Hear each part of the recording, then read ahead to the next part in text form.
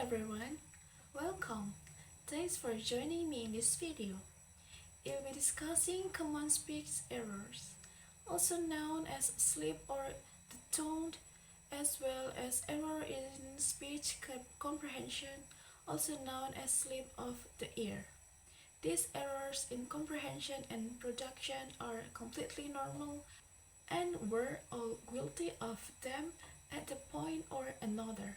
In fact, if you never commit errors in production or comprehension of language, you are not human and you should check it out.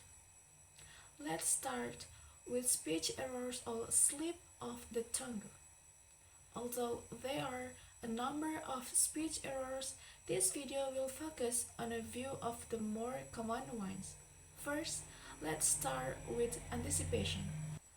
This is an error in which a later sound replaces an earlier sound in utterance. For example, in basketball, a player can take a free throw, but this process is often mispronounced as free throw. In the example, free throw, you have the interdental fricative replacing the labial dental fricative in the utterance. In other words, your brain is already anticipating having to articulate an interdental fricative before the process is often uttered. Next is perseveration. This is a speech error in which an earlier sound replaces a later sound, or in which the earlier sound simply sticks around or perseveres, hence the term perseveration. So, the present black boxes could be mispronounced as black boxes. Notice here that the old sound is hanging around awkwardly, like the word guy at the party who stay way too long after all the other squares have left. Next is word exchange.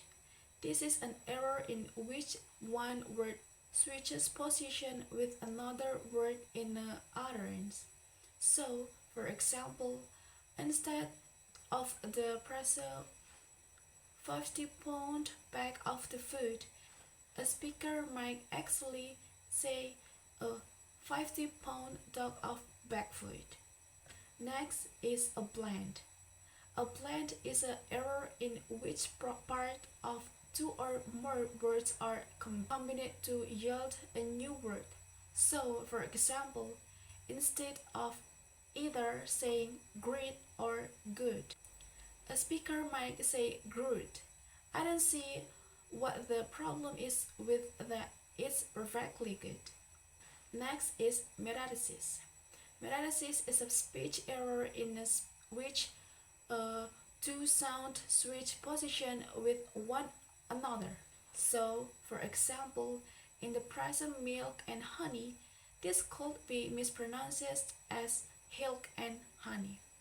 Notice here that the glottal fricative and the bilabial nasal have switched position, much like political changing their stand on an issue. It's important to note that metathesis as a speech error is not to be confused with metathesis as a co-articulation effect, such as in the pronunciation of ask as act. This is often a feature of some speakers' dialect of English. Next is a spoonerism. This is a kind of metathesis that involves sound or sound colors switching position with each other across word. This results in memorable phrases such as the dear old queen becoming the queen old den. Now, spoonerism were named after Reverend William Spooner, who taught at Oxford for years.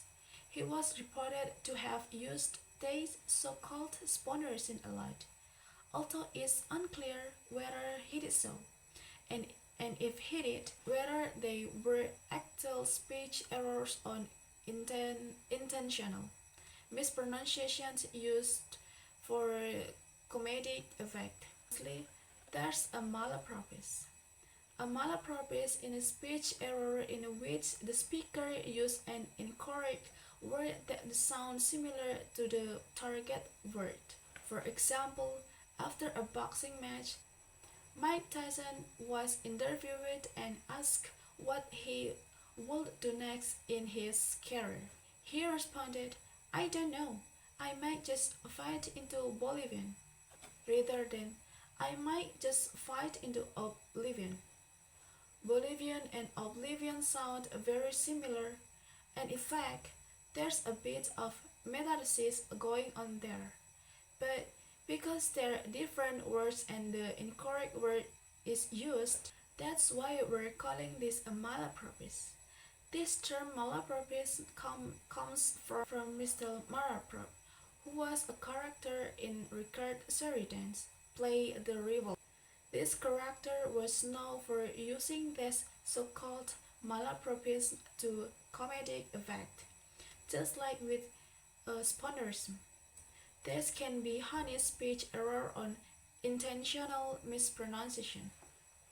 It's important to recognize that, although some speech errors may appear random, they are not random because they are governed by phonetic or the system or of rules that determine what phonemes can go next to what other phonemes in a language.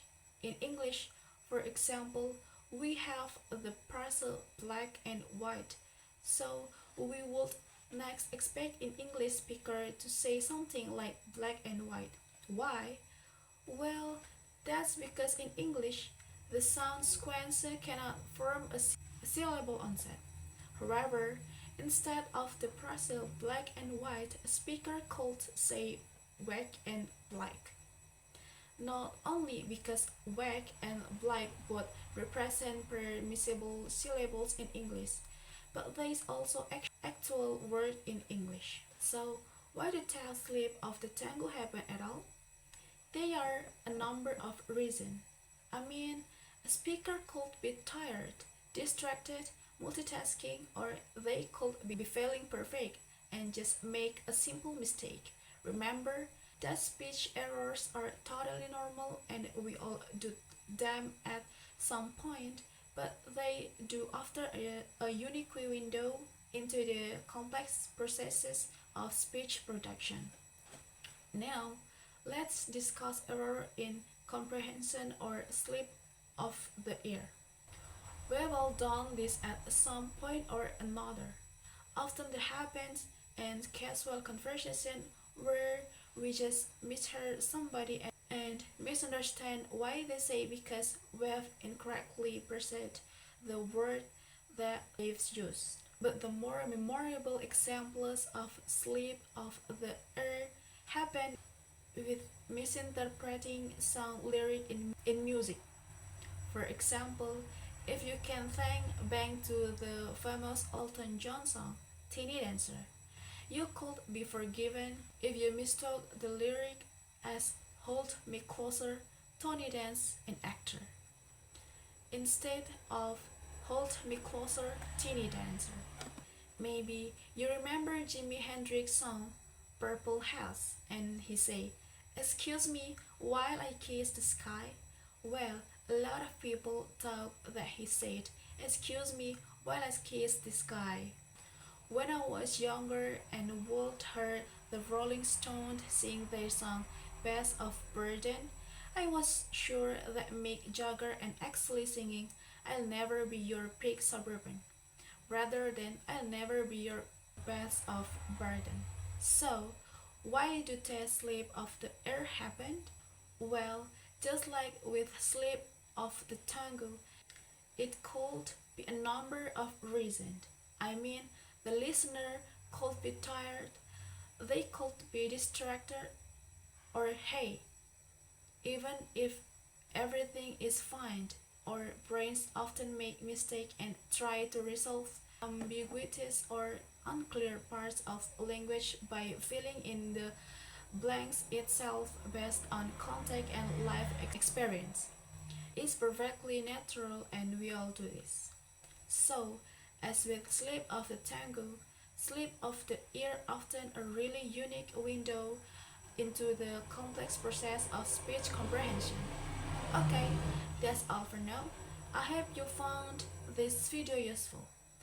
Thank you so much for watching, and please feel free to comment below with an example of a slip of the tongue or slip of the ear that you have either heard or perhaps used in the past.